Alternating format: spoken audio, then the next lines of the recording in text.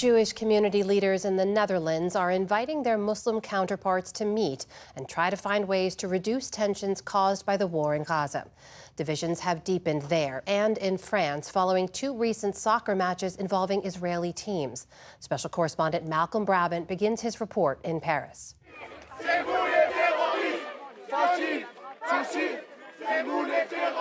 "You're the terrorists," chant pro-Palestinian protesters, taunting French riot police, preventing them from reaching an international match between France and Israel. They say they're killing terrorists. They're not killing terrorists. They're killing children, women, and the elderly. I want ceasefire, of course, but I want sanctions too, because we have a genocide. Actually, we have a genocide in Palestine.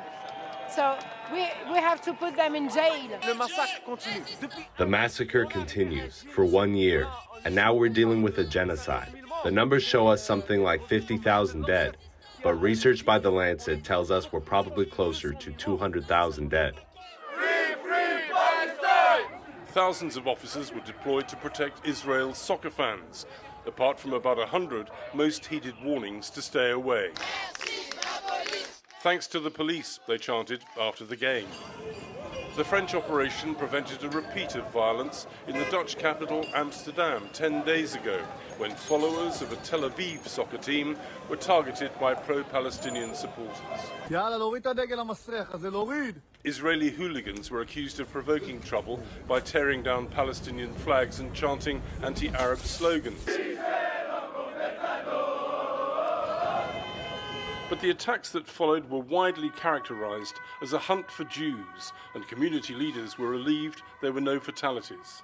That really changed my view of this town. I don't feel welcome anymore, and I'm planning on leaving.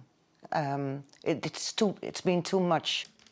Jewish newspaper editor Esther Vogt is worried about her personal security and asked us to ensure that we didn't identify her home. You can see it as a final straw, because already on the 10th of March we had huge things going on here with the opening of the Holocaust Museum, where Holocaust survivors and their great-grandchildren had to pass by very aggressive protesters.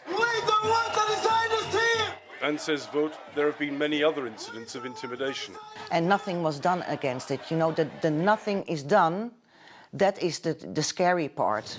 I think it's just continuing with playing the victim card, right? Palestinian data scientist Ali Shana has helped to organize some demonstrations in Amsterdam. His family became refugees in 1948, when Israel was created. The people that we're referring to, while they might be Jewish, mainly they're Zionist, and that's why they're feeling uncomfortable. And in my opinion, and I think in many other people's opinions, it's okay for them to feel uncomfortable if the reason for this discomfort is that they want to stand in support of a genocide and they don't want anyone speaking up against this genocide. The fallout from the violence almost led to the collapse of the governing coalition, but the government remains under the firm control of right-winger Geert Wilders, who wants to deport those responsible for the anti-Semitic attacks.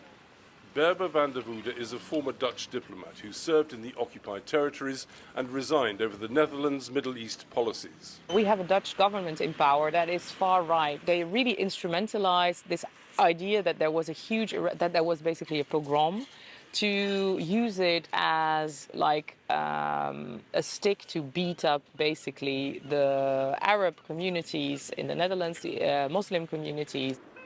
Muslims comprise 5% of the Dutch population. That's about 1 million people, whereas Jews number about 45,000, about a third of their pre-Holocaust strength. This is a place of pilgrimage. It's where Anne Frank hid from the Nazis and wrote her diary until her betrayal in 1944. 80 years later, anti-Semitism has a different face. Jews are blamed for the bad things happening outside our community. I can't pick up the phone as a Dutch Jew, call Netanyahu and ask him to stop it or to diminish it or whatever. He doesn't pick up the phone.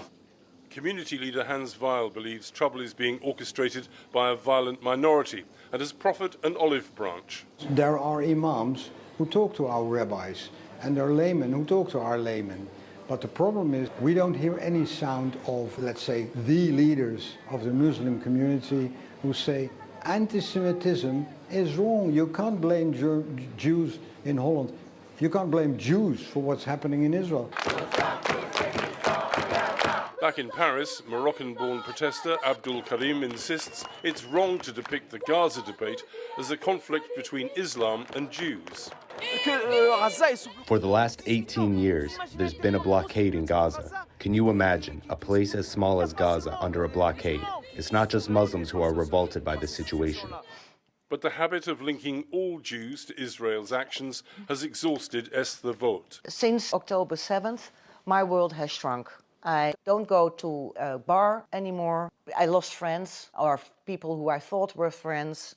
So you start hiding yourself, and your circle is getting smaller with people you trust and that you can also talk about something else than only this huge problem.